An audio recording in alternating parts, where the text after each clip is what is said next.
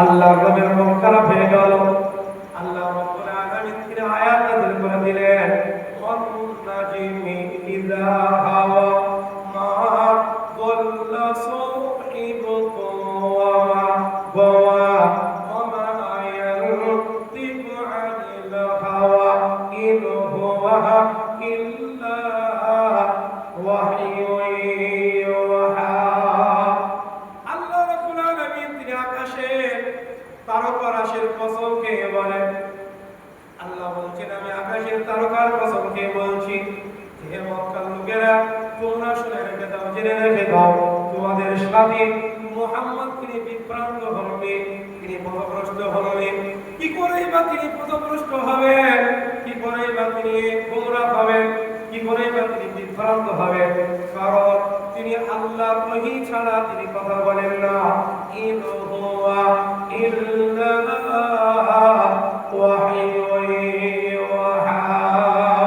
জোরে সুবহানাল্লাহ।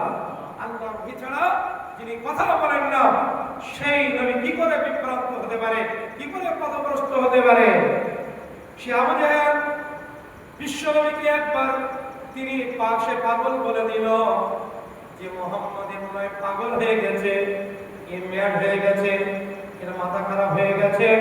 আল্লাহ রাব্বুল আলামিন সেখানে জবাব দিয়ে দিলেন, আল্লাহ সূরা কলম নাযিল করে দিলেন 29 পারায়, আউযু বিল্লাহি মিনাশ শাইতানির রাজীম, নুন ওয়াল কলামি ওয়া মা ইয়াসতুরুন, মা আনতা বিনি'মাতি রাব্বিকা বিমাজনুন, ওয়া ইন্না লাকা লাআজরান গায়রা মামনুন, ওয়া ইন্নাকা লা'আলা খুলুকিন আযীম। জোরে বলুন আল্লাহু আকবার। আমার বাবা জিনা ভাইরা লাওয়ালারা, আল্লাহ রাব্বুল আলামিন তিনি আপনার বিশ্ব নবীকে বললেন, হে নবী মুহাম্মদ আপনি মন খারাপ করেন না, আমি ওই কলমের কসম খেয়ে বলি, সেই কলমের কসম খেয়ে বলি যে কলমের দ্বারায় সারা পৃথিবীর মানুষের ভাগ্যলিপি রচনা করা আছে, রচিত হয়ে আছে। সেই কলমের কসম খেয়ে আমি বলছি, মা আনতা বিনি'মাতি রাব্বিকা বিমাজনুন।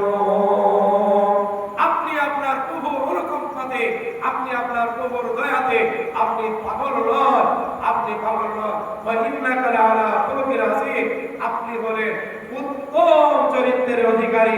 যারা বলেন সুবহানাল্লাহ। আপনি হলেন উত্তম চরিত্রের অধিকারী। বিশ্বনবীর চরিত্রটা ফুলের মতো পবিত্র ছিল। যারা বলেন সুবহানাল্লাহ। আরে পবিত্র দূরের কথা, ফুলের চাইতে আপনার, ফুলের চাইতে আরো যত পবিত্র জিনিস হতে পারে তার চাইতে পবিত্র হলো বিশ্বনবীর চরিত্র। যারা বলেন সুবহানাল্লাহ। বিশ্বনবীর চরিত্র কি ছিল? হযরত আয়েশা রাদিয়াল্লাহু তাআলা আনহা তিনি বলেছেন, কানা খুলুকুহু আল কুরআনুল আযীম। বিশ্বনবীর চরিত্র হলো পবিত্র কোরআনুল হাকীম। যারা বলেন সুবহানাল্লাহ। অর্থাৎ নবীজির দিকে যদি তাকানো হয়, মাথা থেকে পা পর্যন্ত গোটা কোরআনের প্রতিচ্ছবি পাওয়া যায়। অর্থাৎ কোরআনের ভিতরে যা কিছু বিধিবিধান আছে, যা কিছু আপনার আদেশ নিষেধ আছে, সব কিছু রাসূল কারীম সাল্লাল্লাহু আলাইহি ওয়াসাল্লামের চলার জীবনে উঠতে বসতে চলতে ফিরতে সব কিছু তিনি আপনার প্র্যাকটিক্যালি আমল করে তিনি দেখিয়ে দিয়েছে। অর্থাৎ কোরআনটা চলন্ত কোরআন বিশ্ব নবীর আপনার চলাফেরার মধ্যে, তার আপনার জীবনের মধ্যে, সিরাতের মধ্যে পাওয়া যায়। যারা বলেন সুবহানাল্লাহ।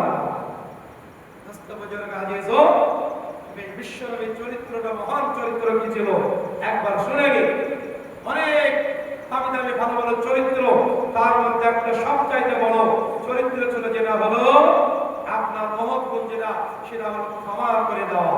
যেটা হলো ক্ষমা করে দেওয়া। বিশ্বনবী সাল্লাল্লাহু আলাইহি সাল্লাম কেউ যদি তার প্রতি অন্যায় অবিচার অত্যাচার করতে তিনি ক্ষমা করে দিতেন।